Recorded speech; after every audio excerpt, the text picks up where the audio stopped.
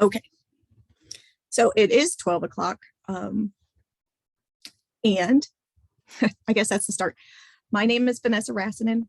I am, I'll show you the book, the author of On These Black Sands. This is the first book in my pirate fantasy series. I'm currently working on book 2. It is a lot of stuff. So I am knee deep or neck deep in world building. And I think we should just get right into it. It's kind of bad that I can't see the chat. We'll see how this goes. Oh, why does that show? Right. So the first thing we need to know is what world building is. Now, I'd like to think that most of us know this, especially if we're writers. Obviously, we're all going to be writers. The world building, I think, it's kind of this massive thing that we think about. There's so much that goes into it, but the basic part of it is your characters, they don't take place, like their story doesn't take place in a vacuum, right? So there's a world that exists around them, and that world is made up of so much stuff, from their religion and the animals and the climate and the politics and everything, magic, the different cultures that are there. So world building is super important because those aspects of your world are going to tie into your story. Now, info dumping. If you aren't aware of what info dumping is, then count yourself lucky if you've never run across this in your reading. I think we all have a slightly different, like, as in we're sensitive to certain things. So I don't mind a little bit of info dumping if it's done well. Some people just can't stand it at all. So what it is you are dumping, basically it's a word vomit of your world, describing it, the history and all of this, and you're doing it all at once, and it tends to slow your story down. And for those of you who know, pacing is very important. I mean, I hope we all know that. So you don't want to bog down your story with all of those details and all of the history and all of the backstory for your characters and the world. So why does it happen? Well, first off, we don't want to confuse our reader. So we want them to know, most of us are fantasy writers. I know there are a lot of people who aren't, but even if you're not a fantasy writer, being a contemporary writer as well, my first book was a contemporary, and I still had to build a world, right? And you don't want your reader to not understand where their characters are or what situation they're in. So we don't want them to get lost on the way. We also want to show off all the work we've done. So we've created this world out of nothing, and we should be proud of it because that's a whole lot of work. But I think there's that fine line. You don't want to share everything, but we also get lazy. So it is really easy to just share everything you know about it, put it down in there, give it to them, and forget about how you're providing that information to them. Hoping I'm not kind of rambling a little bit. So how do you know if you've been info dumping? The biggest sign for me is when I have a really long section. If you've read my book, I tend to like shorter. I love dialogue, so I have a lot of dialogue. When I start to see really long paragraphs, that's when I know that I need to go back and check. Especially this happens with description, or if you're explaining like the history behind a certain location your characters have gotten to. That tends to happen. That's a really easy thing to notice. So that's your first sign. The second is you're giving them details that have nothing to do with the current part of your story. So your characters have shown up somewhere, and then you run off into some description of something that has nothing to do with what they're doing. You really want everything to push your story forward. So if it's not going to help push the story forward, it's probably info dumping. It's not helping. The other thing is that your story will kind of just pause. So especially if you're bringing in irrelevant information, at a time, it will stop your story. And we all know that you don't want your reader to be stopped, because if they come to a place where it naturally stops, they will naturally stop and they will put your book down. And that's not what we want. So we want to keep the pace going and we want to keep the story going. Now, there are different places that info dumping is common, and this is that list of those. Typically, when we talk about character backstory, it can be done without info dumping. Some do this with flashbacks, which I know some readers really don't like flashbacks, but if you have read Six of Crows and Crooked Kingdom, that is how she provides her character backstories. Political, cultural, historical information. We can tend to, especially if we've built up this world, it is so easy to start providing all of that history of who's been king and queen and what's been happening and what are the different cultures. And it's really easy to just fall into that trap. Magic systems are another one. You want your reader to understand how your magic's working, but you don't want to do it in an info dump way. You don't want to just tell them all the information they need to know all at once.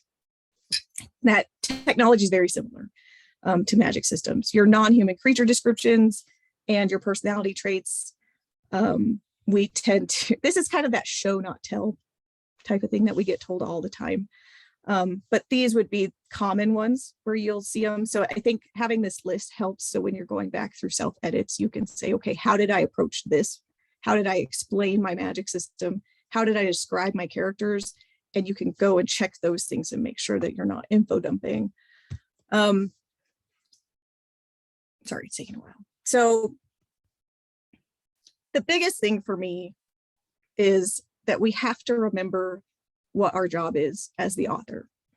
So we're telling a story. It's pretty obvious. This is what we're doing. We're creating characters. We give them goals. We're putting obstacles in their way. We're showing how they grow, whether for the better or the worse. And we don't want to get sidetracked from that. So we are trying to paint this really clear picture of where they are. We're showing what they see, what they smell, their moods, their sounds, everything. And I think we can get into this, we get to this point where we're trying to paint it and we start putting all the little details in, but we're not writing a travel guide. So you're writing a story. You're not sending them off to this world. Really, they don't need to know what the major export of your world is necessarily, unless it's part of the story. You only want to provide the information that's necessary for them to understand the story and necessary for them to follow your characters on their journey. So this doesn't mean that you have to not provide detailed descriptions. I tend to be one. I don't like a lot of detailed descriptions. To me, I want just the bare minimum. And that sounds horrible, doesn't it? It's not that I don't like descriptions. I really love descriptions, but don't overdo it for me. But I know other authors who love them. And that's fine. That's a different style. Perfectly fine. The point is that you want to make those details relevant and they need to be working for your story. And hopefully the glare on my glasses isn't so bad.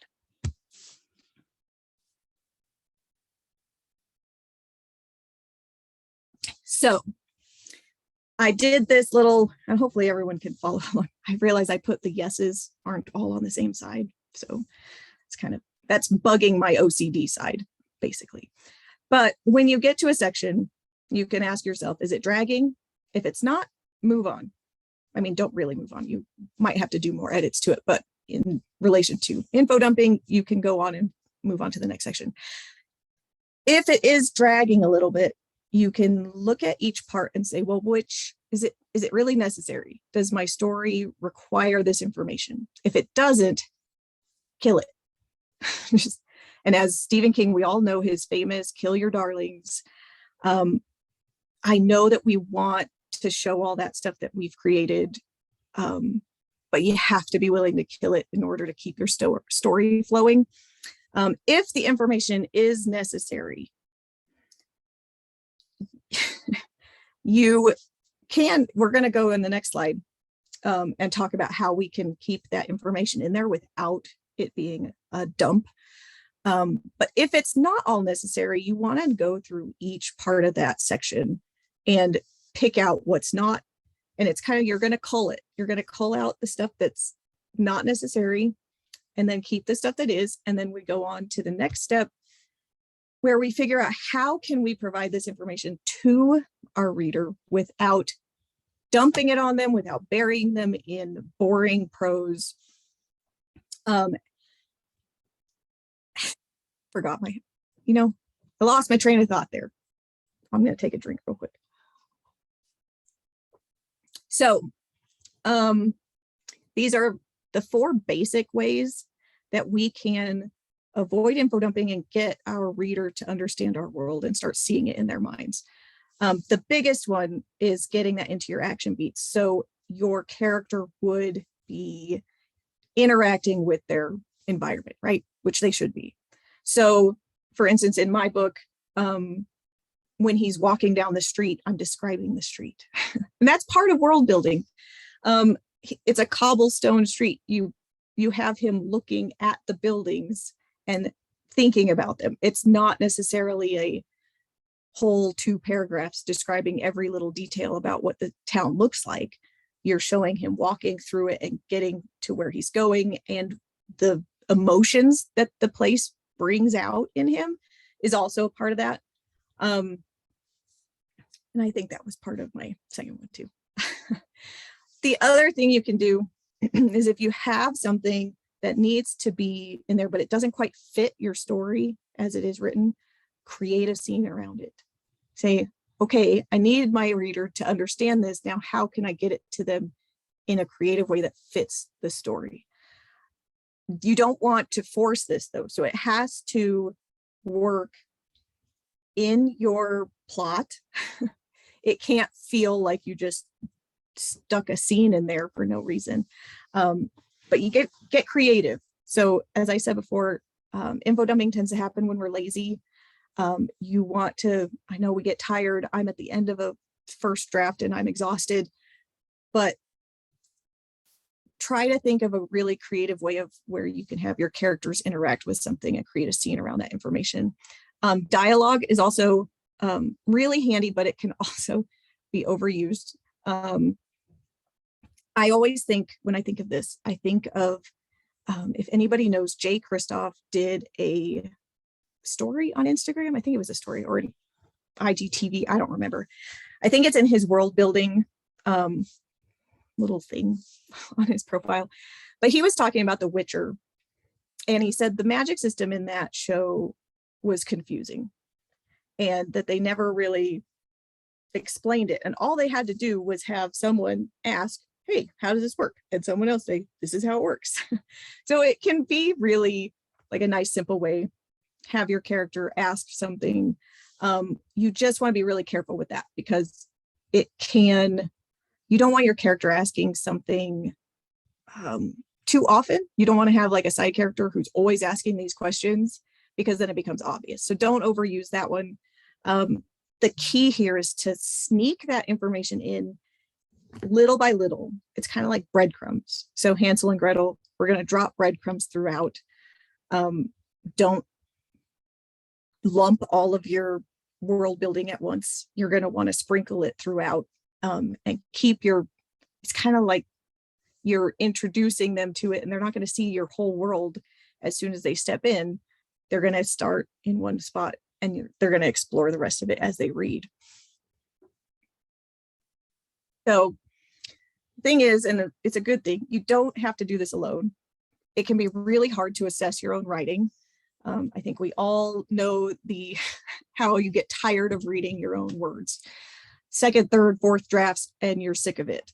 And then it becomes really hard to, especially because there are certain parts that we really love. We may not want to kill them, and we may not be able to see them for what they are. So alpha readers are really big help. They're also called critique partners. Not everybody uses them. I have 3 right now because we're all busy, and so it's kind of a whoever can help at the time kind of steps in based on our schedule. But this is someone who is going to read your first draft.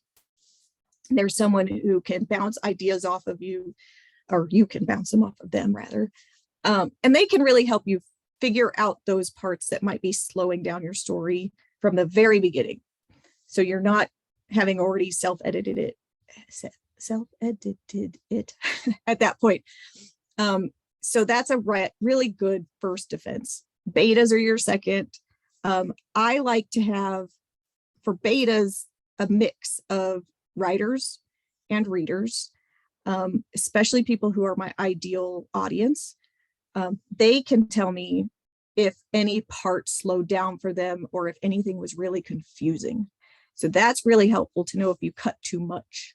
So if you thought something wasn't relevant, but then it causes confusion in one of your beta readers, you want to go back and look, okay, how can I fit that back in? I tend to be one that overcuts, and yeah, it's not good. The final one is ARC readers. And this really is just your final, you don't want to have much for them to find, but they are a good last gate before you make it public. But really they shouldn't. The big thing for all of these is to remember that you don't have to give it to them open-ended. Like you don't say, here is my manuscript, tell me what you think. I like to say, hey, I'm a little bit curious about this part. How did it feel to you? I like to ask for their reaction from each chapter, which characters they resonated with, which parts did they find most interesting and which parts did they find most boring. That is really helpful when it comes to world building and avoiding those info dumps. The big thing for me, though, is we're all different in our writing style. As I said before, I am not a big fan of a lot of description. For instance, like Cassie Clare, I did like the infernal devices. She describes things to a point that kind of just grate on me a little bit. And hopefully there aren't any Cassie Clare fans here that are going to like throw tomatoes at me. But she will describe, like, they walk into a room, and this works. They walk into a room and she describes the room. That's part of their action beat and everything. But she provides so much description of that room. I'm kind of wondering, well, do the velvet curtains matter to this scene? Like, are they going to wrap someone up in them and suffocate them? I don't know. Usually not. She's just really, really providing all those details for you to paint that room. What really matters is that you're hitting your target audience. You're never going to make everybody happy. Hopefully make someone happy. So negative reviews are going to happen, and it's really, really subjective. Some people will say, well, I have all these questions about the world in this book. Like, I want to know all these details and the author didn't provide them to us, or there's things in the map that don't ever get talked about in the book. Some readers really want all those questions answered. Some of them don't. Some of them will get annoyed with all of the little details like I do. You want to stay focused on, like, own your own style, hands down. There should be a reader for you, but trust your beta readers, trust your alphas, trust the ARC readers, and they should be able to help, but you're never going to make everybody happy. So if there's info dumping, someone might hate it, but someone might think it works. So I think that was it. I probably talked way too fast. I was really nervous. So I'm actually going to stop sharing my screen. Unless I can't see. Now you're going to see how I really don't know how to do this. Okay. Chat. Okay. Q&A. There aren't any questions. Sorry if I talked so fast. Oh, 20 minutes. This is when I did school and I had to give presentations, like, I always just zoomed fast through. So, man, Sorry, Melissa, if I zoomed too fast.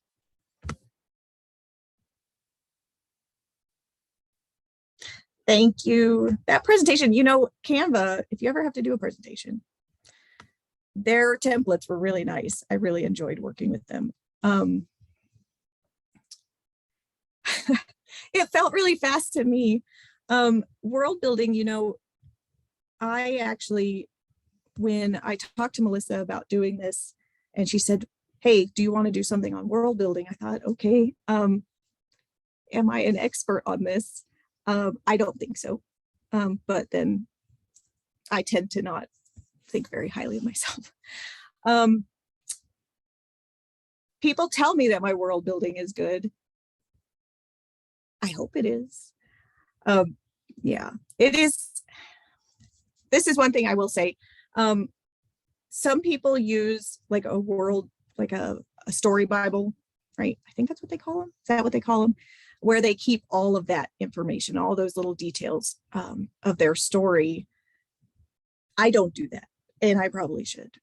All of my world building details are in notes that aren't in all, like they're not in one notebook. They're all scattered throughout, and then I can never find where I put them. And so, yeah, I should probably be more organized, but then I worry that it's going to be like another reason to procrastinate. I'll be like, oh, I don't need to write today. I need to do my story Bible thingy. So we'll do the questions. Am I supposed to? So yeah, I'm learning how to use Zoom here. Answer live. We have any idea on how to stop dumping too much information? And that is, it's really going to be hit or miss. I mean, so one thing I will tell you, there is like info dumping, and I forgot to say this during the presentation. It is not always bad. So sometimes there is a lot of backstory or a lot of information that is needed. One scene that comes to mind, I know not everybody is a Sarah J. Maas fan, but A Court of Mist and Fury, chapter 54, huge info dump where Rasanen is telling this story to Feyre. Huge info dump, but it works. And it works because at that point, it's near the end of book 2. So you're invested in the characters, you're invested in the story, and it is entertaining. So if you can keep that stuff entertaining and put it in a spot in your book where it's, even if it's an info dump, it's not going to bother them because they're going to want to keep reading it. So as long as it's entertaining and it's helpful to the story, I don't think you need to cut it. It really comes down to that asking yourself, is it relevant to the story? Do they need to know this information? Will it help them understand my character, their issues, their growth, stuff like that? I don't know if that's helpful. So hopefully it is. You can ask another question if I didn't answer that well. So when it is absolutely necessary to put it in, I'm going to tell you a funny story. I don't know, even if you haven't read my book, there is an enchanted dagger, and I didn't realize until it was published and I was writing book 2 that I never told the reader what the enchanted dagger does. I probably could have put that in dialogue, and I will in book 2, and that's one of those things that it's absolutely needed. They need to know why this thing is so desirable and why it's helpful and why all these people are looking for it. I would say dialogue is a great way to do it, especially if you have, so in my book, I have a character who's new to this situation. She doesn't understand a lot of what's going on. What she thought her world was isn't true. And so it would be natural for her to ask, hey, like, why do we care about this? Why do we need it? How's it going to help us? You just want to make sure that it's going to flow and that it doesn't feel like, you don't want it to be obvious to the reader that it was a mechanism that you used just to get that information to them. if that makes sense. And even if it was just a mechanism that you used, you want to make sure that it doesn't appear to be.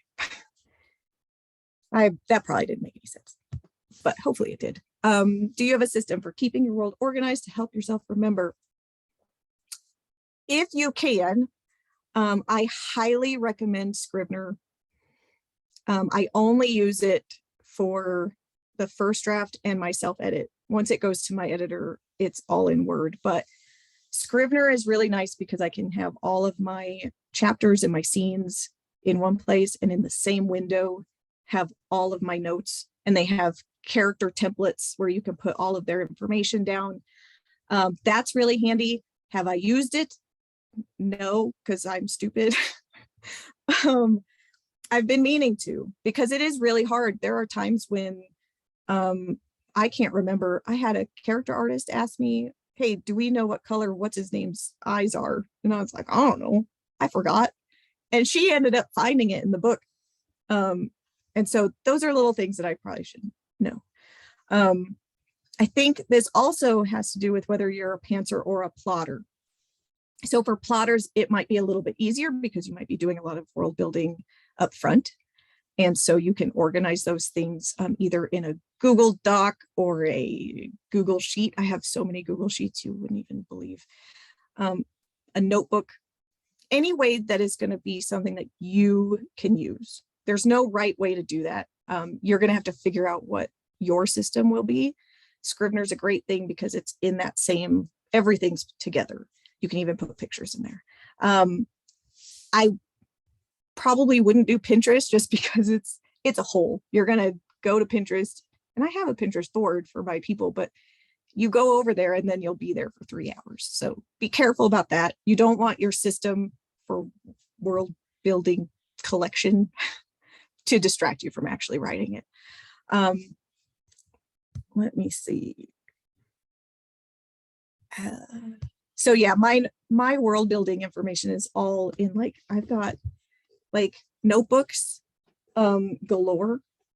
I have one in my bag that I take when I go to the coffee shop. I have one sitting by my bed. I have one all over the place, and I can never remember. I can say, hey, I remember I decided this and I wrote it down, but I don't remember where I wrote it down. And I realized I completely forgot to say about pantsers. I used to be a plotter.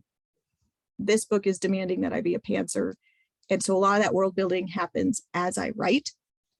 And so it is really helpful to have a place where you can put those things down, and especially make notes if you have to go back because something happened. You realize something about your world, and now you're going to have to make sure that you mention it earlier in the book. You'll want to keep those in your Bible thingy, I guess. If one character is telling another character a lengthy story, is that considered info dumping, Lily? Like I said with the Rasanen thing, it depends. It could be considered info dumping, absolutely. Does it have to be cut? Not necessarily. Depends on where it happens, when it happens, how it's being told. And an info dump, really, it doesn't even have to be like 2 pages, 3 pages long to be an info dump. It could be 2 paragraphs. This is where I would say, really, if you're not sure if it constitutes an info dump, the biggest thing is ask your beta readers, ask your critique partners, because even if it is a dump, if they feel like it works, keep it. I mean, there's no rule that says you can't info dump. All you want to do is make sure that you're getting that feedback from your reader so that you keep them engaged. That is the ultimate goal, is to keep them engaged. So trust the people that you have on your team to help you figure those out. So Rayleigh needs all of the details to everything. Her world is a strong aspect of the plot with world jumping. Yeah, man, you're going to make me jump worlds. So you're an overthinker, and she wants to know, how do you determine what is a great awe-inspiring scene and what is an unnecessary description? This is where I don't necessarily trust myself to make that decision. And that sounds horrible and like a cop-out answer. If I like the scene and I'm not really sure if it's working, again, my critique partners, they'll tell me. My beta readers will tell me. And I will, especially if that is something that I'm not sure about, if there is a scene that I'm like, well, is this really as awe-inspiring as I think it is, or is it not really necessary? Specifically ask them that. Say, hey, in this chapter, there's a part I'm not really sure about it. And sometimes, especially if you have writers who are your beta readers, they can give some advice on how they think it might be better provided.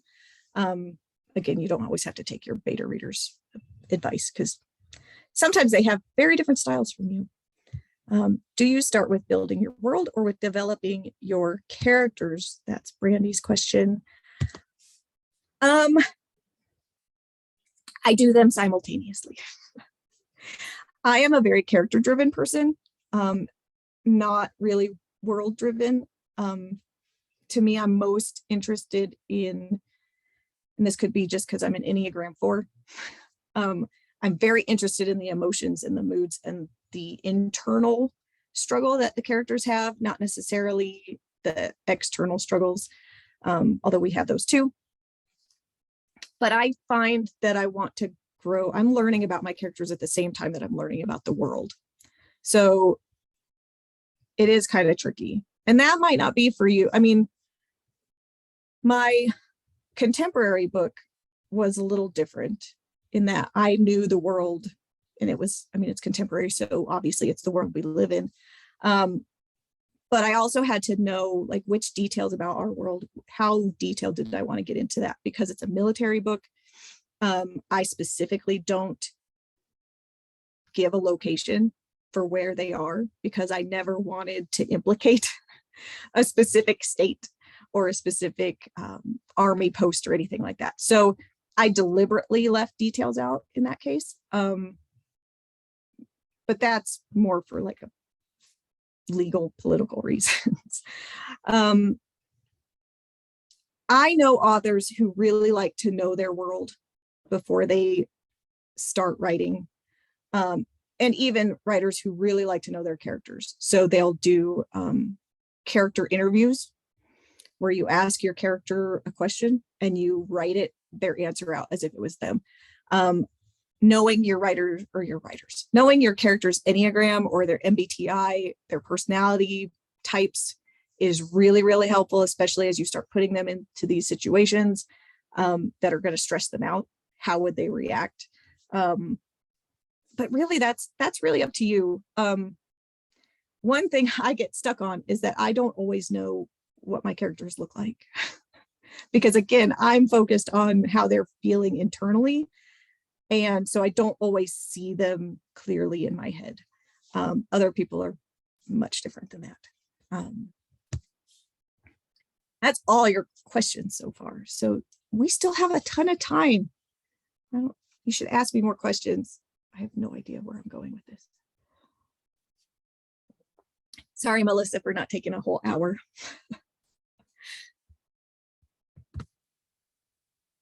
Oh, there are questions in the chat. I can't see that. Hold on 1 second.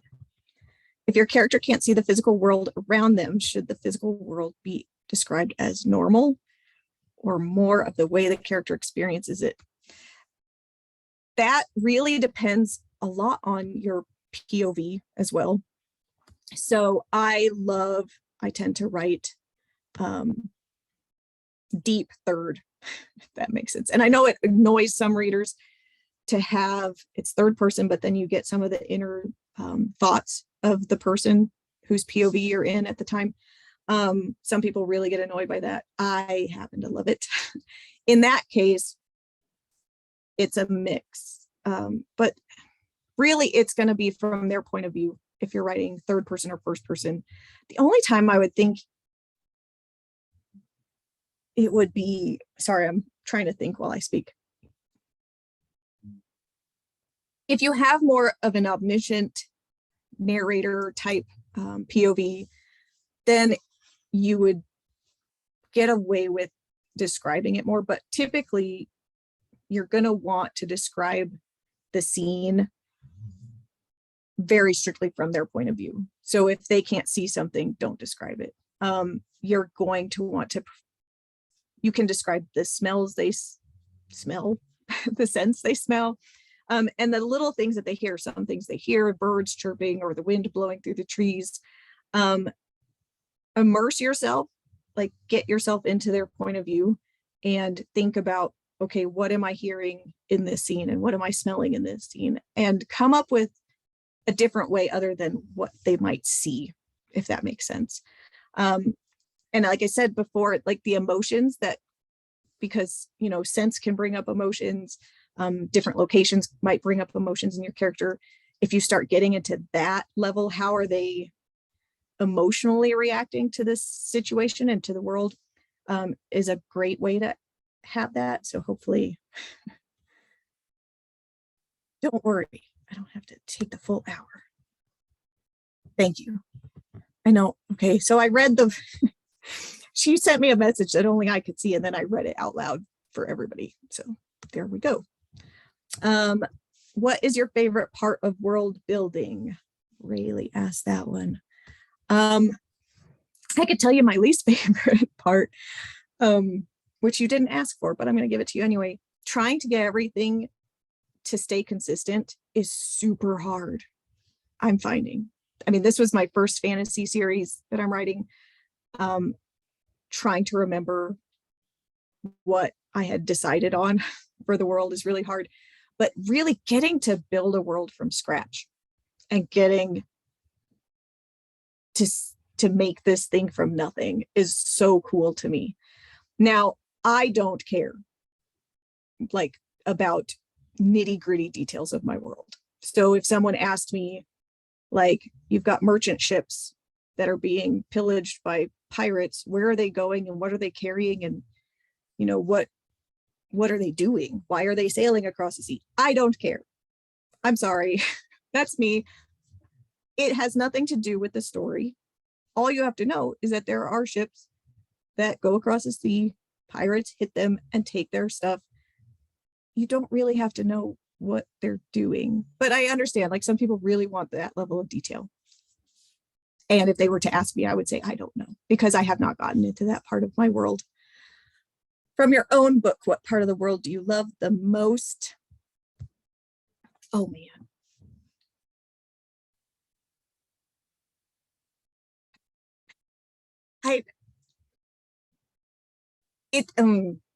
Sorry, you hit me with a hard question there. Hello. I love the scenes. Okay, first off, I don't like water. And I have had someone tell me, then why write a pirate book if you don't like water? I mean, I like to look at water. I don't want to live on the water, but I have been on the water. So that's a really weird, I'm being awkward here, but the scenes on the ship and showing life on the ship have been a lot of fun. In book 2, we get away from the main island. And that has been really interesting to see. You get new characters and all these different places that we're going to go and monsters we're going to meet. It's hard, but it's so fun. So fun. Really though, it's the people, and like, more than the scenery and more than the world, my characters are my favorite, and especially their interactions with each other. That's what I really, really, really, really, really love. How they talk to each other, how they feel about each other, the ways that they try to piss each other off.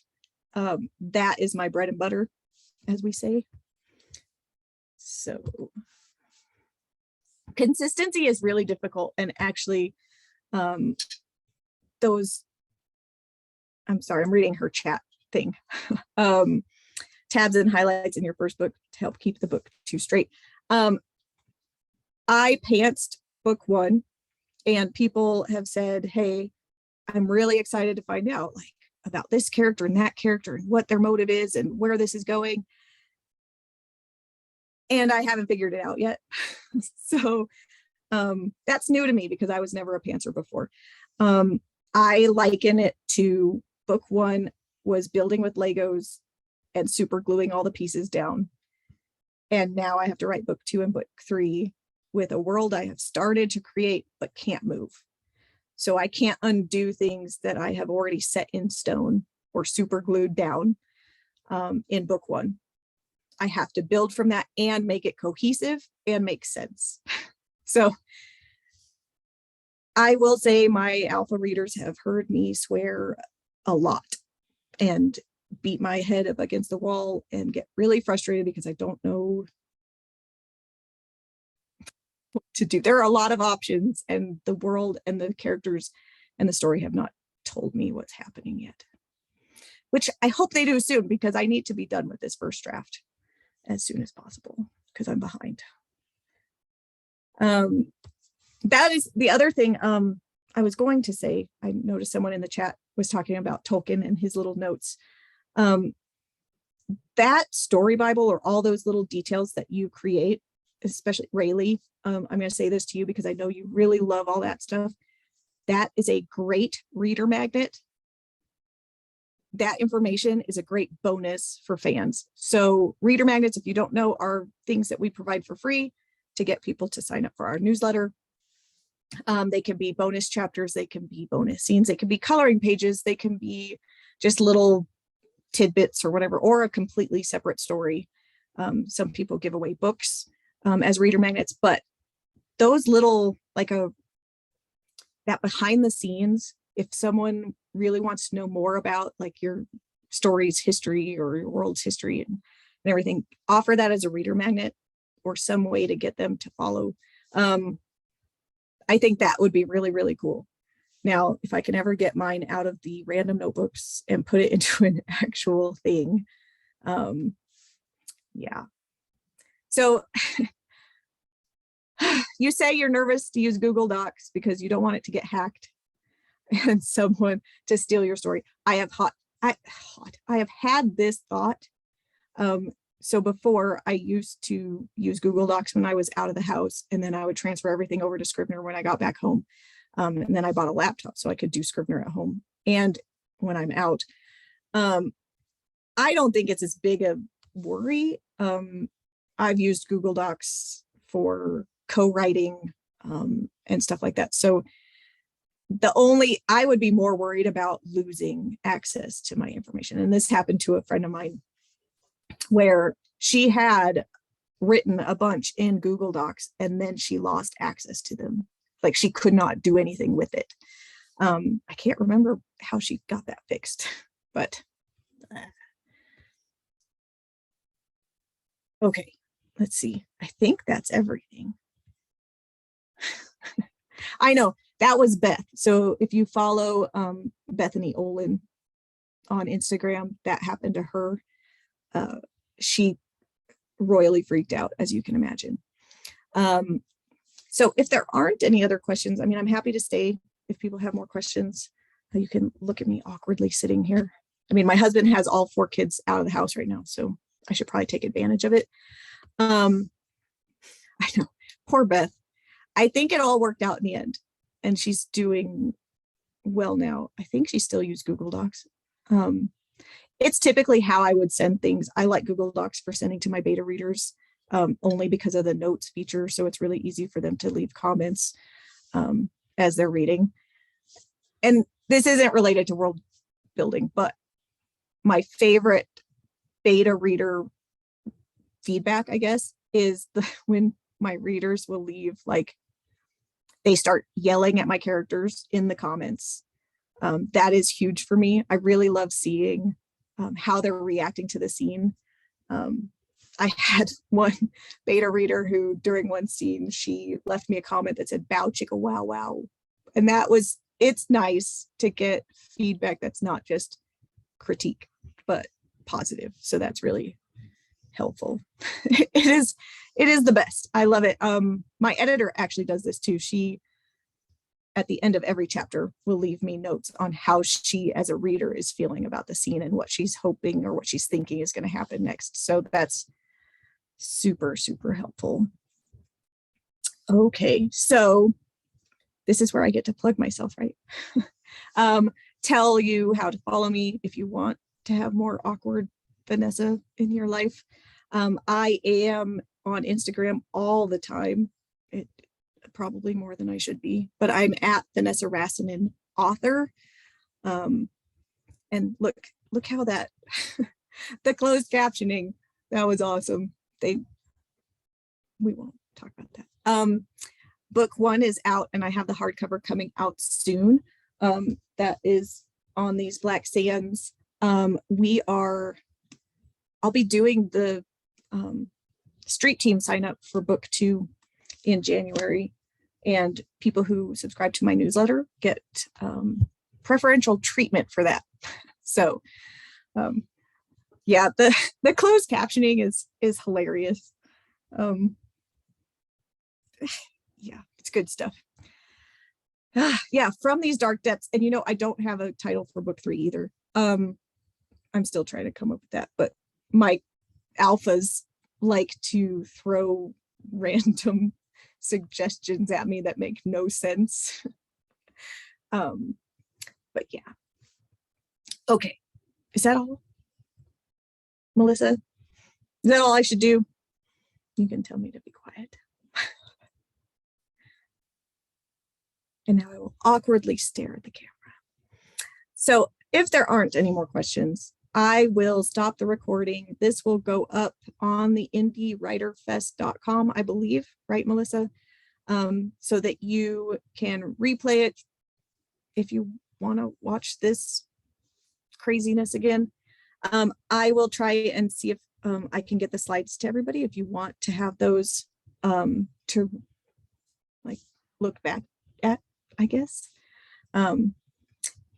Yeah, the replay will be up in the next hour or so. So anyway, that's me, and I will talk to you guys later.